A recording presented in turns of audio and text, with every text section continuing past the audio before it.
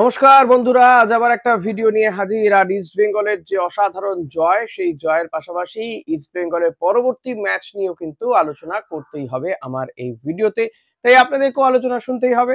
তাই আলোচনা শোনার আগে, আলোচনা শুরু করার আগে আপনাদের জানিয়ে রাখবো যে আজকের আমি এই ভিডিওতে আমি বলেছিলাম যে গত ম্যাচে, অর্থাৎ যে ম্যাচটাতে ইস্ট বেঙ্গল জয় পেল, টানা ৩টে ম্যাচ ইস্ট বেঙ্গল জয় পেয়ে রেকর্ড করলো আইএসএল এ।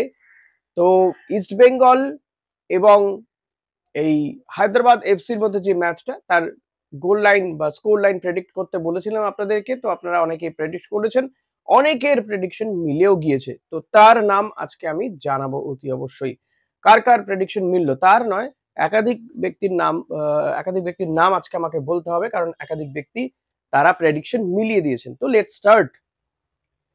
ইস্টবেঙ্গল যুবভারতী ক্রীড়াঙ্গনে গতকাল যে জয় পেয়েছে, সেই জয়ের ফলে তারা এখন এই আইএসএল লিগ টেবিলেও কিন্তু যথেষ্ট ভালো অবস্থান করছে। এক তো টানা ৩টে ম্যাচ জয় আইএসএল এর হিস্ট্রিতে ইস্টবেঙ্গল কোনোদিন পায়নি, সেটা তারা পেল।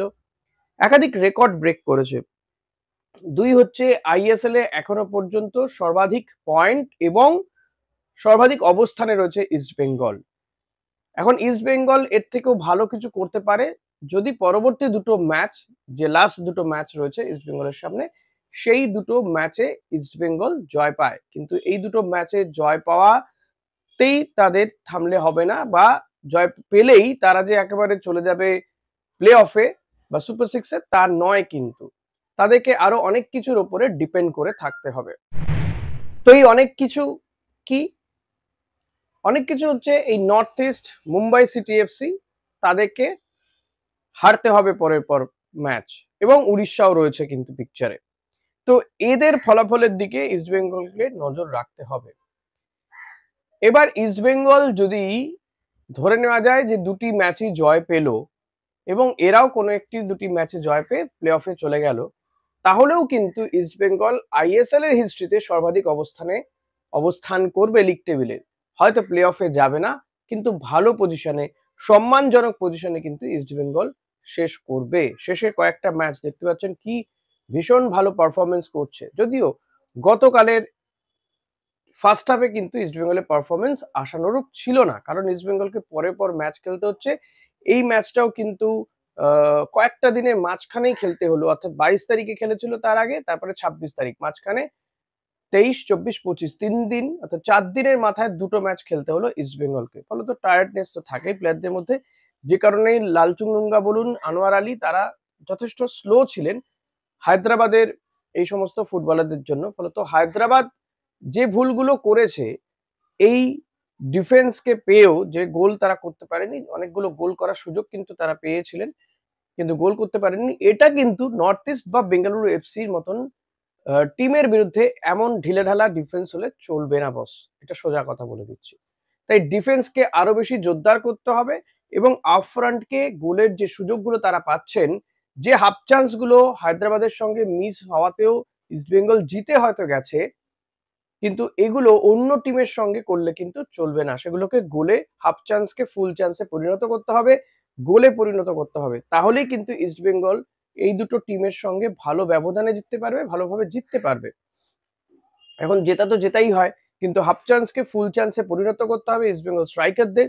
পাশাপাশি ডিফেন্সকে আরো গতিময় হতে হবে, কারণ বেঙ্গালুরু, নর্থ ইস্ট কিন্তু অসম্ভব ভালো ফুটবল খেলে। তো এই একটা বিষয় রয়েছে। এবার আসা যাক যে ইস্টবেঙ্গলের টিম কম্বিনেশন কি দাঁড়াবে পরের ম্যাচটা ইস্টবেঙ্গলের বেঙ্গালুরুর সঙ্গে। তো ইস্টবেঙ্গলের টিম কম্বিনেশনে কিন্তু আবারও কিছু পরিবর্তন করতেই হবে অস্কারকে, মানে এই উইনিং টিমটা অস্কার রাখতে পারছেন না। কারণ কি? কারণ হচ্ছে চোটাঘাত এবং কার্ড সমস্যা। বিষ্ণু এই ম্যাচে নেই। বিষ্ণু যে নেই সেটা কিন্তু ম্যাচটা বোঝা গিয়েছে, অন্তত ফার্স্ট হাফ পর্যন্ত তো বেশ বোঝা গিয়েছে বিষ্ণুর অভাব। পিভি বিষ্ণু যে রাইট উইং দিয়ে যে ধরনের তিনি আক্রমণগুলো নিয়ে যান, আক্রমণগুলো তৈরি করেন, সেগুলো কিন্তু অসম্ভব ভালো, এবং সেটা যে গতকাল তার না থাকাতে সেটা মিস করেছে ইস্টবেঙ্গলের অন্যান্য ফুটবলাররা, এটা পরিষ্কার বোঝা যায়। হ্যাঁ, এটা ঠিক, নিশু কুমার কয়েকটা সেন্টার ভালো করেছে, বল ভালো রেখেছিল, কিন্তু ওইটুকুই। বাকি আক্রমণে কিন্তু বিষ্ণুর ধারে কাছে নেই নিশু কুমার। তাই আমার মনে হয় না নিশু কুমারকে দিয়ে বিষ্ণুর রিপ্লেসমেন্ট হতে পারে। নান্দাও ছিল না, নান্দারও চোট। তো এই দুজন প্লেয়ার না থাকাতে এই রাইট উইংটা একটু ইনঅ্যাক্টিভ ছিল, যদিও রিচার্ড সেলিস আসার পরে, রিচার্ড সেলিস এবং ডেভিড এরা আসার পরে কিন্তু খেলার মোড়ই ঘুরে যায়। অস্কারের এই দুটো চেঞ্জ কিন্তু মাস্টার স্ট্রোক বলতে পারি গতকালের ম্যাচ থেকে। তো বিষ্ণু না আসাতে আমার মনে হয় বেঙ্গালুরুর বিরুদ্ধে ইস্ট বেঙ্গল যদি বিষ্ণুকে পায় তো ইটস ওকে, আদারওয়াইজ কিন্তু রিচার্ড সেলিসকে আবারও শুরু থেকে খেলতে দেখবো আমরা। সেক্ষেত্রে রিচার্ড সেলিস যদি খেলে সেক্ষেত্রে হয়তো হেক্টর রিভেসটাকে বসতে হবে আবারও টোটাল ভারতীয় ডিফেন্ডার। এক্ষেত্রে বলে রাখা ভালো, লাল চুংনুঙ্গা ভালো খেলছেন, কিন্তু তার এই কার্ড দেখার প্রবণতা, তিনি বেশিরভাগ ম্যাচে কিন্তু বাইরে চলে যাচ্ছেন। 3-4টে ম্যাচ খেলছেন, রেড কার্ড নয়তো ইয়েলো কার্ড পরপর দেখে ফেলছেন, তো বাইরে চলে যাচ্ছেন। এটা কিন্তু টিমের জন্য ক্ষতিকর হয়ে দাঁড়াচ্ছে। লালকে আরো বোধহয় বোঝানো উচিত যে এত লাল আর হলুদ কার্ড দেখা যাবে না ভাই, একটু শান্ত হতে হবে, না হলে তার ফল কিন্তু ইস্ট বেঙ্গলকেই ভুগতে হচ্ছে। তো আনোয়ার আলীর সঙ্গে কে শুরু করবেন এটাও একটা সমস্যার জায়গা রয়েছে। হেক্টরের মতন স্লো প্লেয়ার যদি ডিফেন্সে থাকেন, আনোয়ার যদি থাকে, দুজনে কিন্তু স্লো হয়ে যাচ্ছেন। কারণ আনোয়ার ভালো খেলেন, ভালো ডিফেন্ডার, ভারতে শ্রেষ্ঠ ডিফেন্ডারদের মধ্যে অন্যতম, আমি তো শ্রেষ্ঠই বলবো তাকে, কিন্তু গতকাল তাকে যথেষ্ট স্লো দেখিয়েছে। তো আমি জানি না, হয়তো বেঙ্গালুরু ম্যাচে আবার তিনি তার পুরনো ফর্মেই থাকবেন, কিন্তু আনোয়ারের সঙ্গী কে হবেন? লাল চলে যাওয়াতে হেক্টর ছাড়া আর কোনো উপায় নেই। থাকতে পারে যদি চাকুমান্ডি বা এই প্রভাত লাকড়াকেই শুরু করানো হয়, রাকিব রয়েছে। অন্যদিকে হয়তো নিশু কুমারকে আবারও হয়তো ডিফেন্সেও খেলানো হতে পারে, কারণ নিশু কুমার এই রাইট ব্যাকেও খেলতে দেখেছি আমি। তো নিশু কুমারকেও হয়তো খেলানো হতে পারে, সেক্ষেত্রে মাঝখানে অন্য কাউকে নিয়ে গেল, বা জিকসনকে হয়তো সেন্টার ব্যাক হিসেবে খেলানো হলো। আমি জানি না এখনো কম্বিনেশন, কারণ আজকে ইস্ট বেঙ্গল হয়তো প্র্যাকটিসে নামবে, রিজার্ভে যারা প্লেয়ার রয়েছে তাদেরকে নিয়ে প্র্যাকটিস করবে, মেন টিমের প্লেয়াররা তারা হয়তো আজকে রেস্ট করবে। তো আগামীকাল থেকে হয়তো বেঙ্গালুরু ম্যাচে প্র্যাকটিস শুরু হতে পারে। সেখানে কিন্তু রণকৌশল নিয়ে, বেঙ্গালুরু ম্যাচে কি রণকৌশল হবে সেটা নিয়ে তারা কাটাছাড়া করবে এবং সেভাবে তারা খেলবে, প্র্যাকটিসটাও করবে কাল পরশু। তো আর একটা হচ্ছে যে দিয়ামান্তাকোস, তারও কিন্তু শোল্ডার ইনজুরি হলো। আমি জানি না, তাকে হয়তো যদি তার ইনজুরিটা গুরুতর থাকে তাহলে তাকেও পাওয়া যাবে না। এটা হয়তো শাপে বর হতে পারে ইস্ট বেঙ্গলের জন্য, কারণ দিয়ামান্তাকোস যে ধরনের সুযোগ মিস করেন সেটা কিন্তু ডেভিড যদি পান, আমার মনে হয় অনেক বেশি এফেক্টিভ হবে ডেভিডকে শুরু থেকে খেলালে। এটা সবাই মনে করেন, অস্কার বুজোও কিন্তু বারবার বলছেন যে ডেভিড মাঠে নামলেই গোল পায়। তো এমন একটা প্লেয়ারকে এতক্ষণ ধরে বেঞ্চে বসিয়ে রাখাটা আমার মনে হয় না খুব একটা যুক্তিযুক্ত হচ্ছে। অস্কারের প্ল্যানিং নিয়ে, কোচিং নিয়ে কোনো কমপ্লেন এখনো পর্যন্ত করার মতন জায়গায় আমি নেই।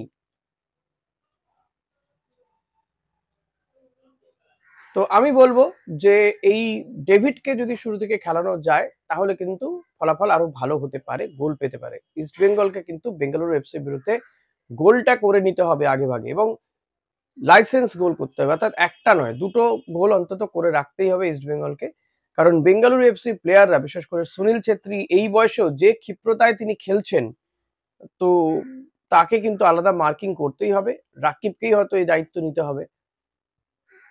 তবে বেঙ্গালুরু এফসি প্লেয়াররা কিন্তু এই ধরনের সুযোগ দেবেন না বারবার করে, আর এই ধরনের সুযোগ পেয়েও মিস করবেন এমনটা নয়। তো বি অ্যাওয়ার অফ দ্যাট, যেটা হায়দ্রাবাদ করেছে সেটা কিন্তু অন্যরা করবে না। নর্থ ইস্ট বা বেঙ্গালুরু এফসি টিমই আলাদা, তো তারা এই সুযোগ বারবার দেবেন না। তো অস্কারকে এই বিষয়গুলো বোধহয় একটু সতর্ক হয়ে খেলতে হবে, পরের ম্যাচটা খেলাতে হবে টিমকে।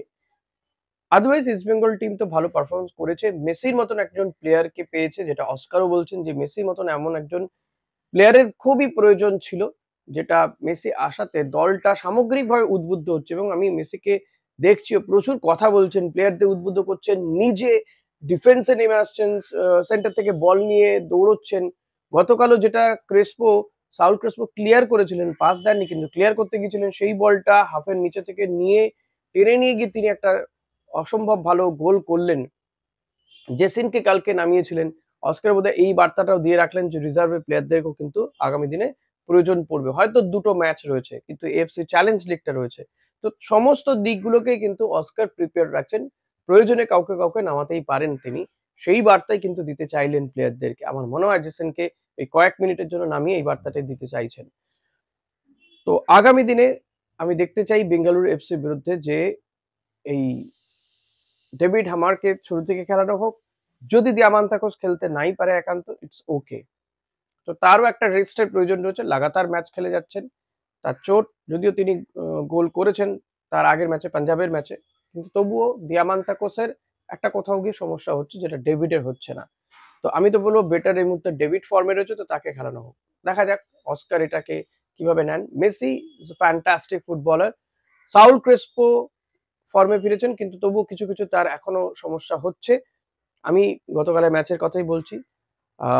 রিচার্ড স্যালিস যেটুকু সময় খেলেছে কিন্তু প্রাণবন্ত ফুটবল খেলেছে, এবং তিনি যে মরিয়া নিজেকে প্রমাণ করতে, সেটাও বোঝা গিয়েছে। তিনি এমনিতে কোয়ালিটি ফুটবলার, বাট যেটা তার বিরুদ্ধে কমপ্লেন ছিল যে তিনি অস্কারের কথা মতো খেলছেন না, পরিকল্পনা মতো খেলছেন না। তো সেটা মনে হয় তাকে যে দুটো তিনটে ম্যাচ বসতে হচ্ছে, চোটের জন্য হোক আর যেই কারণে হোক, তিনি আই হোপ কি তিনি বুঝতে পেরেছেন। তো পরবর্তী ম্যাচে আমি মনে হয় যে তাকে শুরু থেকে হয়তো খেলাতে পারেন অস্কার ব্রুজো। এখন পাখির চোখ ইস্টবেঙ্গলের কাছে বেঙ্গালুরু ম্যাচ, বাকি টিমগুলো কি পারফর্ম করে সেগুলোও কিন্তু অস্কারকে মাথায় রাখতে হচ্ছে, সেই অঙ্কগুলো তাদেরকে করতে হচ্ছে, কারণ নর্থ ইস্ট এবং মুম্বাই সিটি এফসি, আমি যদি ধরেও নিই যে মুম্বাই সিটি এফসি হয়তো চলে যাবে, কারণ তাদের আর একটা দুটো পয়েন্ট পেলেই তারা বেরিয়ে যাবে, তো তাদের কাছে খুব বেশি কঠিন নয়, তিনটে ম্যাচ তাদের বাকি রয়েছে, কিন্তু নর্থ ইস্ট এবং ইস্ট বেঙ্গল প্রায় একই জায়গাতে দাঁড়িয়ে আছে। উড়িষ্যাও কম বেশি একটু পেছনে আছে বলবো ইস্ট বেঙ্গলের থেকে, পয়েন্টে হয়তো ইস্ট বেঙ্গলের থেকে বেশি আছে, কিন্তু খুব যে ভালো অবস্থাতে রয়েছে এমনটা নয়। তাই এই ক্ষীণ সম্ভাবনাটাই কিন্তু ইস্ট বেঙ্গল চাইছে যে তাদের দিক থেকে 100% এফর্ট দিতে। অস্কারও কিন্তু সেটাই বলছেন যে তারা তাদের মতন করে একদম যতক্ষণ শ্বাস ততক্ষণ আশ এটাকে রাখতে চাইছেন, শেষ বিন্দু পর্যন্ত জীবন দিয়ে তারা লড়াই করতে চাইছেন, শেষটা তারা দেখতে চাইছেন যে কি হয়। তারা তাদের দিক থেকে তো 100% 200% এফর্ট দিক, বাকিটা তারা ছেড়ে দিতে চাইছেন। অঙ্ক আছে, সেই অঙ্ক তো তার হাতে নেই, তাই না? অস্কারের হাতে তো এই অঙ্কটা নেই। অস্কার তার টিমের প্লেয়ারদেরকে উদ্বুদ্ধ করতে পারেন পরবর্তী ম্যাচগুলো জেতার জন্য, বাকি যা ছিল হয়ে গেছে। প্রথম দিকের ম্যাচগুলো থেকে অন্তত 6টা ম্যাচ থেকে যদি দুটোও পয়েন্ট আসতো, তাহলে হয়তো আজকে এই পজিশনটা আসতো না, কিন্তু যা চলে গেছে চলে গেছে, যেটা আছে সামনে সেটাকে ফোকাস করে অস্কার জেতার মন্ত্রই বুনে দিচ্ছেন তার ফুটবলারদের মধ্যে। এখন একটা দুটো রেকর্ড হয়েছে, দেখা যাক আর একটা রেকর্ড হয় কিনা পরবর্তী ম্যাচগুলোতে। নিঃসন্দেহে পরের ভিডিওগুলোতে এই বিষয়গুলো আলোচনা করব। এবার আসা যাক যে গতকালের এই ম্যাচ নিয়ে, অর্থাৎ এই ইস্ট বেঙ্গল এবং হায়দ্রাবাদ এফসির এই ম্যাচে স্কোর লাইন প্রেডিকশনের কথা আপনাদের বলেছিলাম। কে কে প্রেডিকশন করেছেন দেখেছি আমি, অনেকজন প্রেডিকশন করেছেন, প্রচুর মানুষের সাড়া পাচ্ছি আমি, খুব ভালো লাগছে। তাদেরকে অসংখ্য অসংখ্য ধন্যবাদ আপনাদেরকে, যারা আমার ভিডিও দেখে কমেন্ট করেন, প্রেডিকশন করতে বলে প্রেডিকশন করেন। মানে আমি হৃদয়ের অন্তঃস্থল থেকে বলছি যে আমি সত্যিই কৃতজ্ঞ আপনাদের কাছে। এবার আসা যাক যে কাদের প্রেডিকশন মিলল, তাদের নামটা আপনাদের চট করে বলে দিই। দেখুন, সময় চলে এসেছে নামগুলো জানানোর, তবে এই নামগুলো জানানোর আগে আপনাদের একটা কথা বলি আমি। আমি কিন্তু আসলে দেখতে চাইছি যে কতজন রেসপন্স করেন, কতজন এই প্রেডিক্ট করেন, কারণ আমার ইচ্ছে আছে যে আগামী দিনে এই প্রেডিকশন যারা করতে পারবেন এবং যারা মেলাতে পারবেন তাদের জন্য একটা প্রাইজ ঘোষণা করার। এর আগে আমি একদিন লাইভে এসে সেটা বলেও ছিলাম, সেই দিনটার জন্য ছিল সেই ম্যাচটাতে, কিন্তু কেউই প্রেডিকশন মেলাতে পারেননি। তবে যেটা হবে পরবর্তীতে সেটাই বলে রাখলাম যে আগামী দিনে হয়তো আমি এটা প্রাইজ ঘোষণা করতে পারি, যে বা যারা মেলাতে পারবেন অতি অবশ্য তাকে ভারতীয় হতে হবে, তার জন্য প্রাইজ থাকবে। সেটা এখনই নয়, আমি আর কয়েকটা ম্যাচ হয়তো দেখতে চাইবো, তো দেখে নিয়ে তারপরে আগামী দিনে এই বিষয়টা আমার মাথায় আছে, তো সেটা করার ইচ্ছে। তো আমি এখন দেখে নিচ্ছি যে কতজন রেসপন্স করছেন। তো আসা যাক, এই ইস্ট বেঙ্গল ভার্সেস হায়দ্রাবাদ ম্যাচটাতে প্রেডিকশন করলে আপনাদের নাম জানাবো, আমি বলেছিলাম, এবং সঠিক প্রেডিকশন করেছেন 4 জন সঠিক প্রেডিকশন করেছেন। অনেকেই প্রেডিকশন করেছেন, তারা স্কোর লাইন প্রেডিক্ট করে লিখেছেন, অনেক কিছু লিখেছেন। কেউ কেউ হায়দ্রাবাদকেও জিতিয়েছিলেন বা ম্যাচটা ড্র বলেছিলেন, কিন্তু এই 4জন কিন্তু এক্স্যাক্ট স্কোর বলেছেন, অর্থাৎ ম্যাচে ইস্ট বেঙ্গল 2-0 গোলে জিতেছে, এই 4জনও কিন্তু বলেছেন যে 2 গোলে জিতবো বা 2-0 গোলে জিতবে ইস্ট বেঙ্গল। তো এরা হলেন সুখেন্দু মিত্র, মনোরঞ্জন রায়, দেবব্রত চ্যাটার্জি এবং অচিন্তিয়া রায় বা অচিন্ত রায় বোধহয় ওনার নাম। তো এই 4জন, সুখেন্দু মিত্র, মনোরঞ্জন রায়, দেবব্রত চ্যাটার্জি, অচিন্ত রায়, এই 4 জনের জন্য জোরে হাততালি হয়ে যাক, জোরে হাততালি, একদম জোরে হাততালি। তো best of luck, thank you আপনাদের কাছে। এই যে কমেন্টটা পেয়েছি, এই যে প্রেডিকশন আপনারা করেছেন এবং আপনারা যে 4 জন আপনারা মিলিয়ে দিয়েছেন সেটার জন্য হ্যাটস অফ। দারুণ বলেছেন, দারুণ খেলেছেন, এটাও তো একটা গেম। দারুণ খেলেছেন, অসম্ভব ভালো। তো চেষ্টা করব আগামী দিনে প্রাইজ ঘোষণা করার। তখন যদি আপনারা প্রেডিকশন মিলিয়ে দিতে পারেন, এটা আপনাদেরও একটা ওয়ার্ম আপ হয়ে যাচ্ছে না? তো তখন নিঃসন্দেহে আপনাদের জন্য প্রাইজ পৌঁছে যাবে, এটুকু বলতে পারি। তো একটু পয়সা করি রোজগার করতে হবে, তার জন্য আরেকটু ভালো ইনকাম করি, then I will do that definitely. তো তাই বলবো, আপনাদের কাছ থেকে যে রেসপন্স পাচ্ছি অসম্ভব ভালো লাগছে, খুব ভালো লাগছে। যতবারই বলি না কেন আমার মনে হয় কম বলছি আমি। তো এভাবেই থাকবেন আমার পাশে যেভাবে আছেন। আমার হয়তো অনেক সাবস্ক্রাইবার এখনো নেই, আগামী দিনে হবে আশা করি। কিন্তু অনেকের দেখি যে অনেকে এই ধরনের প্রেডিকশন করতে বলেন, খুবই গয়াঙ্গচ্ছভাবে ছেড়ে দেন নামগুলো বলে, বা আমি দিয়ে দিলাম দেখে নিন স্ক্রিনে। তাদের হয়তো অনেক সাবস্ক্রাইবার আছে, বাট আই ডোন্ট হ্যাভ। তো আমার মনে হয় না যে আমার অত সাবস্ক্রাইবার হয়ে গেলেও আমি এভাবে দেখবো বিষয়টাকে। তো আমি সবাইকে, আমি একটু আবেগপ্রবণ মানুষ, সবাইকে গুরুত্ব দিতে ভালোবাসি, বন্ধুত্ব করতে ভালোবাসি। হ্যাঁ, প্রচুর কথা বলতে হয়তো ভালোবাসি না। এই পারফরম্যান্স করার সময় যতটুকু কথা বলি ততটুকুই। এর বাইরে আমার খুব বেশি কথা বলতে ভালো লাগে না। তো আপনাদের অনেক কিছু জানতে পারি আমি। আপনারা যেভাবে কমেন্ট করেন প্রত্যেকটা ভিডিওতে, আমার বিশ্লেষণ কারো ভালো লাগে, কারো কোনটা ভালো লাগছে না, কোথাও দ্বিমত পোষণ করছেন, ইটস ওয়েলকাম। আপনার মত আমার মতনই হবে এমনটা তো নয়। আপনি পৃথক মানুষ, আমি পৃথক মানুষ। তো এই যে দুজনের দুটো মত, এই মতটা শেয়ার করার জন্যই তো আমরা এসেছি। আপনাদের একদম দোরগোড়ায়, আপনার হাতের মুঠোয়।